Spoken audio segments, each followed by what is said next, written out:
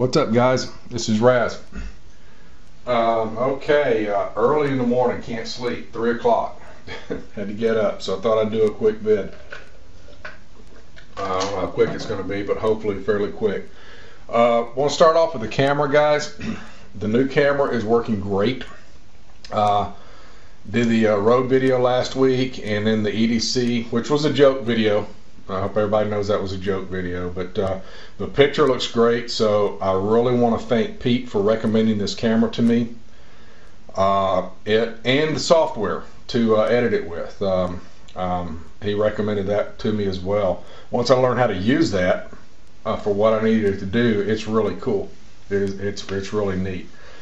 So the camera's great, the software's great.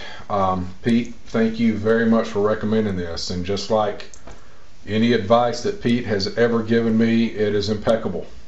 The man has never led me wrong, ever. And his advice has always been outstanding. He is a good guy. So once again, thank you, Pete. Now, I mentioned in a couple of my other videos, I had not done an overview of my carry guns. And the ones that I carry. The last overview that I did was really the Vaquero, and it was just a quick introduction site just to show the gun. I haven't done a review on it. The last review on a gun I did was really the ATA 100. So I wanted to do kind of an over review on my carry guns, and while the Sig 229 here, which is what's in front of you, we're going to start with that one. It's not my primary carry anymore. It was until we got the subcompacts, but the reason that it's not, simply, guys, is I don't want to mess it up. That's it. I don't want to bang it. I'm not worried about weight. It's a little heavier than the subcompacts, but weight's not an issue because of the type of holsters I use. I use a crossbreed holsters, and for me, and those are the best. And it just takes weight, makes it a non-issue as far as carrying a firearm goes. But I just don't want to mess it up. While I don't mind normal wear on a gun, like where holster wear is, or normal where it's handled, that's fine with me. That gives it character. I believe that gives a gun character. But where you banged into a wall or something, that would drive me freaking nuts. So that's the reason I don't carry it much. Every now and then I'll strap it on because I miss it. It's very comfortable. But I usually carry one of the subcompacts. This is the Sig 229. It is chambered in 40 Smith & Wesson. It also comes in 9mm and 357 Sig.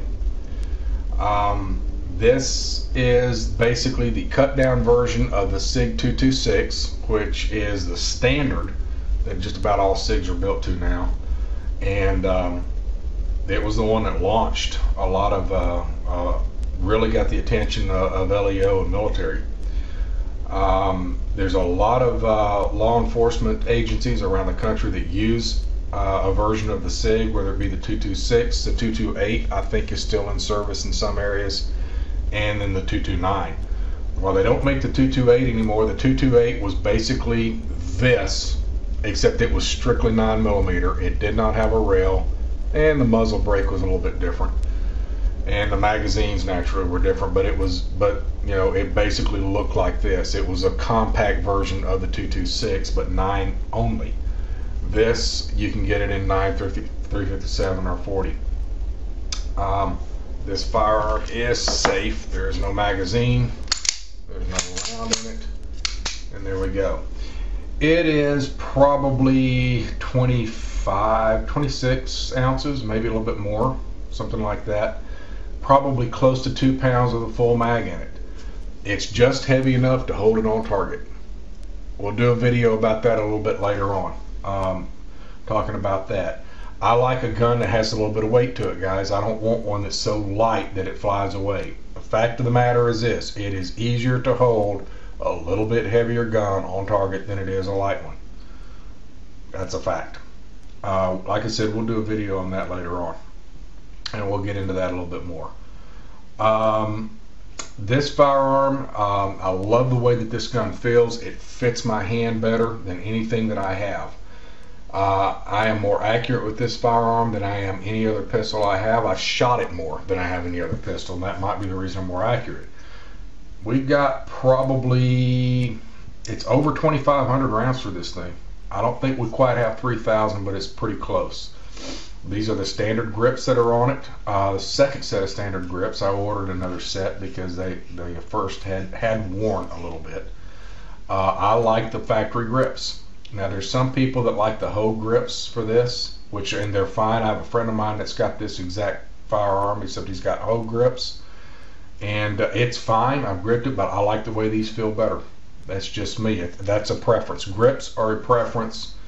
One thing about firearms, grips are a preference. This is the standard frame model. It also comes in the E2 frame, which stands for Enhanced Ergonomics. There's a couple of other things about that model. I think it has an STR short trigger on it as well. But basically what it is up here where the web of your hand is right below the dovetail, and where it connects at the back strap, it comes in a little bit further, so it decreases the distance between the web of your hand and the trigger. So if you have a smaller hand, it's easier to get your hand around the grip. And I've held those in gun shops and they feel fine. They really do. They feel fine. I like the way this one feels better, I guess because I'm used to it, but I could get used to that one as well. So it might be something you want to consider. You might look into the E2 model. The quickest way to tell whether one is E2 or not, if you're not used to looking at SIGs, the E2s don't have any grip screws. Okay, so they're screwless grips. To tear this firearm down is very simple. You lock the slide back, the takedown lever slides down. Control the slide going back forward, frame comes off.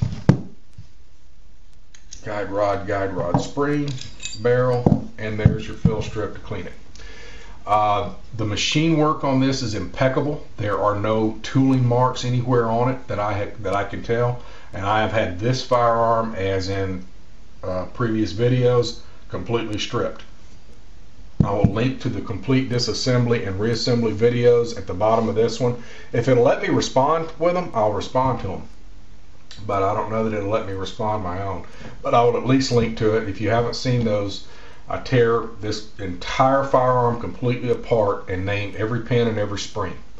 I take the frame completely apart, I take the slide completely apart, and we put it back together. So I think it's a pretty good series. So if you're interested in SIGs, and that applies also to the 226 and I think the 220 as well, guys. It does not apply to the DAC trigger system. Well, it does, except for one area, but I'm not going to get into that. I explained that in that video. It is a full rail system, meaning that the rails go the complete length of the frame, so that really enhances the recoil that it has, or the lack of the manageability of it. Put it back together, drop the ferrule back in, and the rod and spring. Now the one thing that SIG has started to do in their P-Series line, and they've gone back to polymer guide rods. Now I just simply don't like them. As I mentioned in another video, will you ever have trouble with a polymer guide rod? Probably not. Just I personally do not like polymer guide rods, and I don't have them. Every firearm that we have that gets them replaced with a steel one, and this was no different. So I put it back together.